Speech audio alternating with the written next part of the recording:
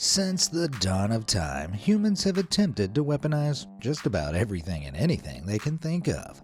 From spherical tanks and cat guns to bombs that were literally carried by bats. It's time to take a look at some of the weirdest, yet most amazing military weapons ever created.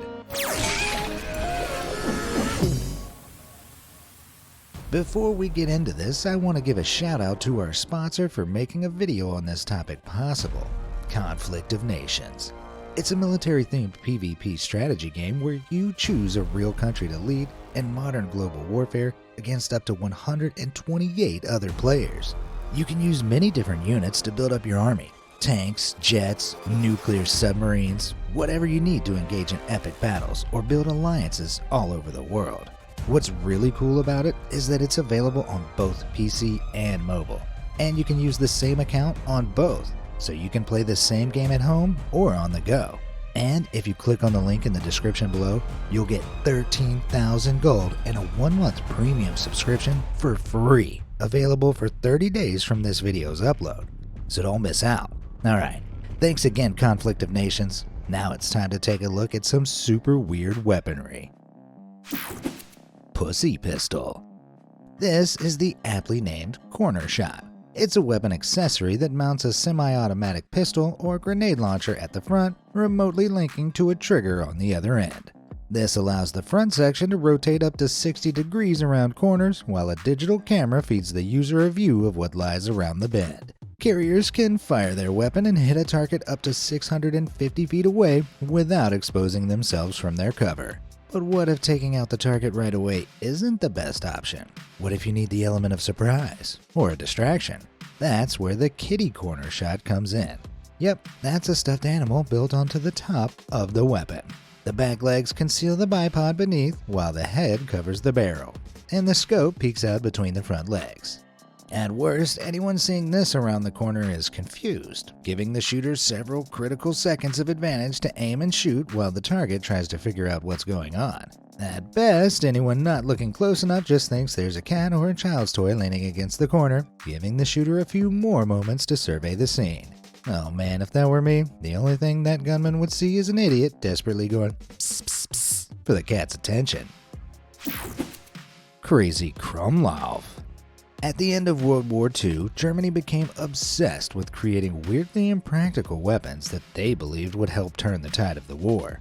These included the V2 Revenge rocket, the Wacky Wind cannon, and most notably, the Krumlauf, a 14-inch long curved barrel rifle attachment. This is the great-great-granddaddy of the Corner Shot, designed so that German troops wielding Sturmgewehr 44s could shoot from cover during conflict. But instead of a digital display, the Krumlauf contained a mirror so the user could see where the gun was pointing while maintaining a standard hold. This meant it could be used from within tanks, over walls, or around corners. Pretty forward thinking for the time. But for all of the resources pumped into its development, the Krumlauf had some pretty serious drawbacks. US military testing revealed that bullets would shatter once they hit that all-important curve, making the Krumlauf useless for anything but very close-range combat. On top of that, the damage taken from the shattered bullets meant the attachments only had a service life of a few hundred rounds. Not entirely surprising, seeing how it looks like it was invented by Tom and Jerry. Badass attachments. While we're on the topic of things you can add onto a gun to make it even more lethal, let's talk about bayonets. These are removable blades attached onto the end of a gun or rifle, which originally allowed soldiers back in the 17th century to engage in deadly close combat encounters. While stabbing the enemy with a gun isn't a war-winning tactic these days, bayonets have gradually developed over the years and are still used by the military. Many different designs are also being developed by weapons firms in a multitude of ways. Take for example the utterly terrifying Stinger from Paper City Firearms. This retractable bayonet is pin activated, meaning it slides out when you need it, retracting back when you don't, and locking into place to stop it sliding out accidentally. While we may see something this inventive on weapons in the future, one with less practicality like this utterly terrifying chainsaw attachment will probably just be left to gun enthusiasts. Don't get me wrong, attachments like these would be perfect for fighting in the zombie apocalypse. But with some of them reaching 18 inches and adding more than 4 pounds to the weapon's weight, they're pretty cumbersome and can't be easily swapped out and stored. So they probably won't become standard military issue for the foreseeable future. But they are still available to gun enthusiasts who need to do important things like, shoot pumpkins and saw them through.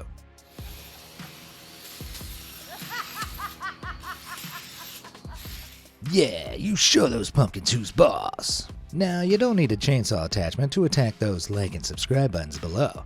Go to war on those things. All done? Great! Now where were we? 3 and 1. Alright, this next weapon was never official military issue, but it's so brilliantly weird I just have to show it to you. Take a look at this. This is the Apache 27 caliber revolver, a 6-chamber gun that also contains a flick blade and a knuckle duster. This is personal protection at its finest. The knife lays on the bottom of the chamber and flicks up via a small hinge. Then the knuckle duster folds out, revealing the trigger, and clicks into place to form the handle. And there you have it, a brass knuckle duster knife gun. From all of the details and elegance, you can probably guess this is a French design, one that dates all the way back to the 1860s. And while it was only manufactured for about 10 years, there was an official 9x19mm Parabellum variant reportedly used by the British during World War II. Although it's no surprise the design was used in a war nearly 80 years after its conception. I mean, it's so weirdly innovative that even today, it wouldn't look out of place in a Grand Theft Auto game. God tier grenades. Grenades, for those who don't know, are explosive weapons that work by dispersing fragments, shockwaves, chemicals, or fire. Usually they're small enough to be handheld, allowing soldiers to throw them long distances at the enemy so they explode without damaging the thrower themselves. But in 1915, German engineers came up with an ingenious way to throw them even further. They created the Stielhandgranat, a grenade attached to a long wooden handle. And before you ask, no, these weren't used as some sort of super hitting hammers. These attached handles provided greater leverage for throwing the grenade longer distances, and were so effective that they became standard military issue. But this wasn't enough for Germany, not by a long shot, because by World War II they were testing out the Sturmpistol. No, this isn't Photoshop, that's a modified flare gun with a grenade loaded in its barrel. The Sturmpistol was an attempt by the Germans to arm their troops with lightweight multi-purpose weapons. As such, this gun could launch flares for signaling and illumination, and a variety of deadly projectiles such as anti-tank grenades. The rounds of the latter included the Panzerwerfkörper 42, which had a range of more than 225 feet, though it could only penetrate 3 inches of armor. Still, that's a little gun with a big punch. Sadly, the Germans focused their development efforts on more efficient anti-tank rifles, and the little gun that could soon fell out of service. Guess you could say it tanked. Peculiar Panjandrum. As weird and wonderful as Germany's wacky weaponry was, though, it had nothing on what the British cooked up to combat them. This, for example, is the Panjandrum, or as I like to call it, the ultimate fidget spinner. It was a set of 2 rocket-propelled, 10-foot diameter wheels with a 5-foot wide central cylinder that was filled to the brim with explosives. Supposedly built to attack Germany's extensive coastal defenses, these Catherine Wheels of Death were designed to launch out of a landing craft, whiz up the beach, and blow a hole in any fortifications or soldiers in their path. However, tests conducted in 1943 and 1944 ended in total disaster. The rockets attached to the wheels often failed, and in some cases, they detached completely, sending the Panjandrum veering off in every direction except the straight line they needed. While it seems too wacky to be real, there are reports indicating that the development of this weapon might have been a spoof. There's a chance this rolling rocket bomb was developed to lead Germans into thinking the British intended to land on the beaches at Calais. Either way, the Panjandrum was never used in action. Considering how badly those tests went, I'm kinda amazed it didn't take anyone out with it. Baby grenades. Now when it comes to grenades, size isn't everything. And nothing's proved that quite like the Dutch V40 grenade. Developed in the 1960s, this fragmentation grenade, also known as the mini frag or golf ball grenade, was a little over 1.6 inches in diameter and weighed 4.8 ounces. This meant it was a little over a third the weight and half the diameter of a standard M67 grenade, making it about the same size as a golf ball. What is this? A grenade for ants? Well, not quite. While small and weirdly adorable, the explosion of this baby grenade was still lethal up to a radius of 16 feet and dangerous up to 980 feet from the point of impact. This meant troops could carry more of them than standard grenades and still make one heck of a dent in the enemy. Sadly, their production ceased in 1972, but even though they were tiny, they definitely made a big impact. Bizarre bat bombs. The kamikaze attack aircraft used by Japan in World War II were undeniably horrific weapons. Men would fly these aircraft and their built-in bombs directly into the target, sacrificing themselves in the process. While terrible, it gave a dentist from Pennsylvania, one Little Adams, an idea. What if the US could train animals to be the kamikaze bombers they didn't want their human troops to be? After the attack on Pearl Harbor in 1941, he sent a crazy proposal to the White House. Strap tiny incendiary bombs to thousands of bats, release them over the island of Japan, and they nest in all the nooks and crannies of the country's wooden buildings. In theory, they'd cause thousands of uncontrollable fires across the country. An idea that was as ingenious as it was batty. As luck would have it, similar research being undertaken at the time into bats' echolocation abilities strengthened Adams' proposal, and the National Research Defense Committee began testing. A demonstration was conducted where the bats carried dummy bombs, and after being considered viable, the operation was finally given the designation Project X-Ray. So, how would the mechanics of this project work? First, the bats would need to be still while they were being transported, so they were stuck in little ice cube trays and kept cool, forcing them into a hibernate state. Then, a cardboard container would release the bats automatically from the plane, and as they warmed up on their descent, they'd spread their wings and fly. But this didn't go to plan. During one test, a few of the loaded bats set fire to a hangar and General's car. Well, at least they knew it worked. Ultimately, the Marine Corps spent some $2 million trying to get this crazy idea to take off, but in the end, the project was scrapped in favor of the atomic bomb. Atomic bomb. Man, I think I've gone batty. Real big guns. In the 1790s, the world's first flintlock pepperbox guns were created. Revolvers with multiple barrels that used a flint-striking ignition mechanism. This multi-chambered, fast-firing gun was a game-changer. But it wasn't long before people began taking the design to new heights. Some variations featured 6 or 8 chambers, each holding a bullet which would rotate around to the firing pin in succession. But by the 1850s, some adventurous designs featured up to 18 barrels. Though one went even further, designed by a Belgian gunmaker called Mariette, featuring a mega 24 barrels. What I wouldn't give to see that feature in a Western. They could call it the good, the bad, and the utterly insane 24-barrel gun. While it would have taken a short time to fire, loading each bullet and placing the percussion caps needed to fire them on each barrel would have taken between 40 and 60 minutes. So super cool, but not exactly a quick load. Luckily, in the 21st century, the great-great-grandson of this mega-barrel pepperbox is a little easier to load and fire. Say hello to Metal Storm technology. Unveiled back in 1997, this company developed a volley gun with a whopping 36 barrels. The prototype gun demonstrated that Metal Storm technology could achieve a maximum fire rate of an impossible-sounding 1.62 million rounds per minute. In this configuration, it could fire almost literally a wall of 24,000 9mm rounds at more than 3,800 miles per hour, which would eat through just about anything in its way. It worked by stacking multiple projectiles nose to tail in each barrel, which were then electronically triggered individually in rapid succession. This meant they fired in waves, delivering maximum damage without knocking into one another. In 2007, the US Navy announced it had purchased some Metal Storm tech, but it was never used in action as its applications were very circumstantial. It'd be great in an ambush scenario, but whoever this stationary weapon was being aimed at would just have to step to the side to avoid becoming a fine paste. That's a pretty limiting drawback. Unable to secure many contracts, the company went into administration in 2012. Looks like they hit a wall. Hopefully not one made of 1,000,000 bullets. Under fire. Now, there aren't many weapons out there that trigger my trypophobia. That is, my fear of tightly, sometimes irregularly packed holes. But the TOS-1 isn't like many weapons. First developed by the Soviet Union back in 1988, these scary-looking machines are actually rocket launchers capable of using thermobaric warheads.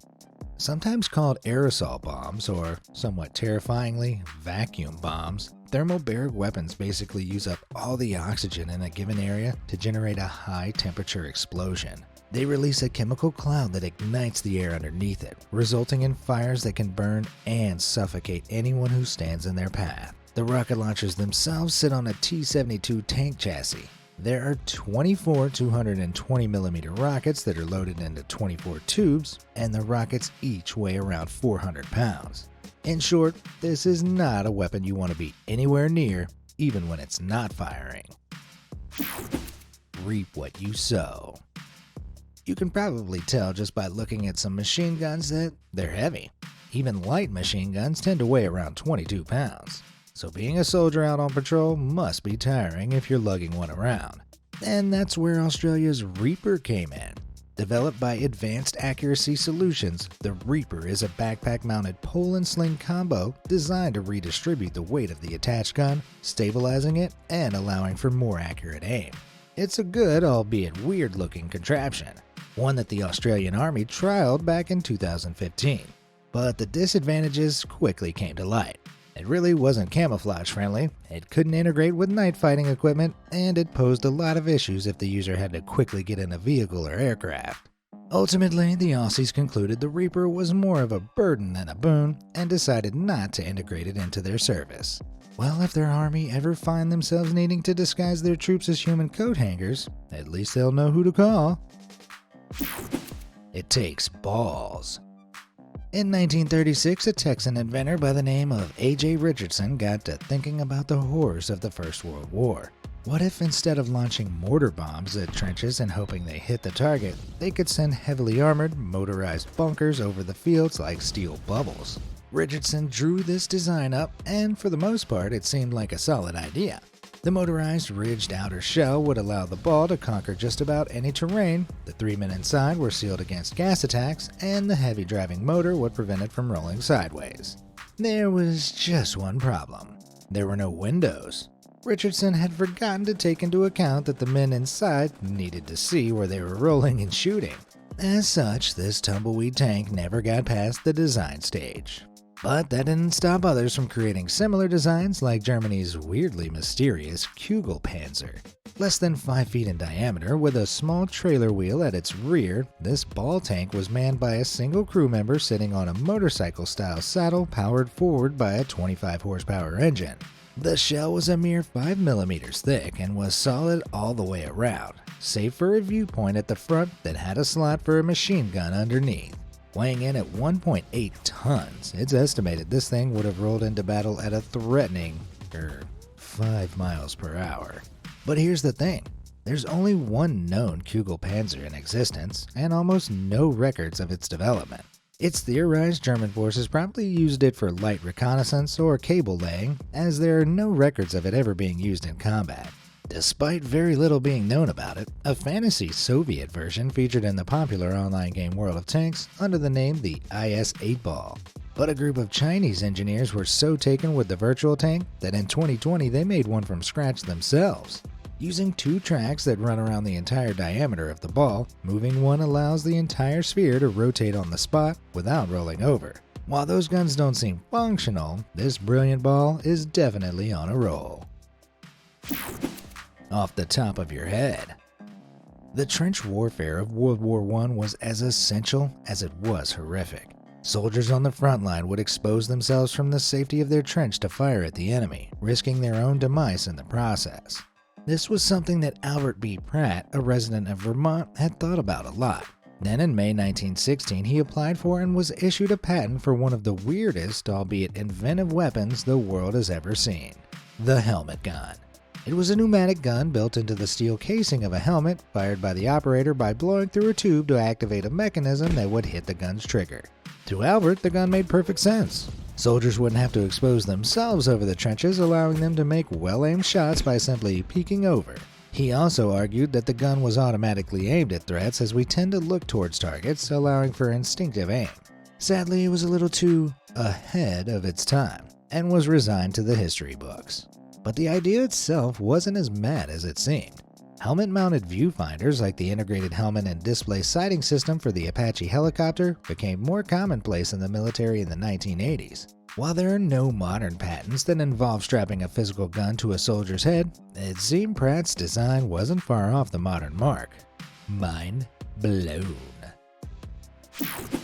Steely shields. With trench warfare being such a critical and defining factor of World War I, many other experimental weapon designs were developed to overcome it. One of these was the Mobile Personnel Shield, developed by French Colonel Jean-Baptiste Eugène Estienne, the most French-sounding man in existence. All steel in design, these shields consisted of two huge wheels supporting a box-like structure that a troop could crouch inside and fire out of through very tiny slots at the front. From the inside, troops could slowly push their way forward into the battlefield, protected for the most part from enemy fire.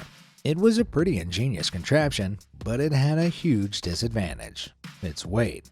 Being all steel for protection, they were too heavy and cumbersome to be used for anything other than short distances on favorable ground. If the unlucky soldier hit a patch of deep mud, it was game over. Despite this, larger multi-personnel versions were developed by other countries, like this one from Russia, though the cumbersome concept didn't make it through to the Second World War. Today, many see these mobile personnel shields as the inspiration for the development of tanks. I guess all that's left to say is, tanks a lot. Before I go, I want to say thank you again to Conflict of Nations for making this video possible. If you want to help support my channel, be sure to hit the link in the description below to download this insanely fun PvP military strategy game.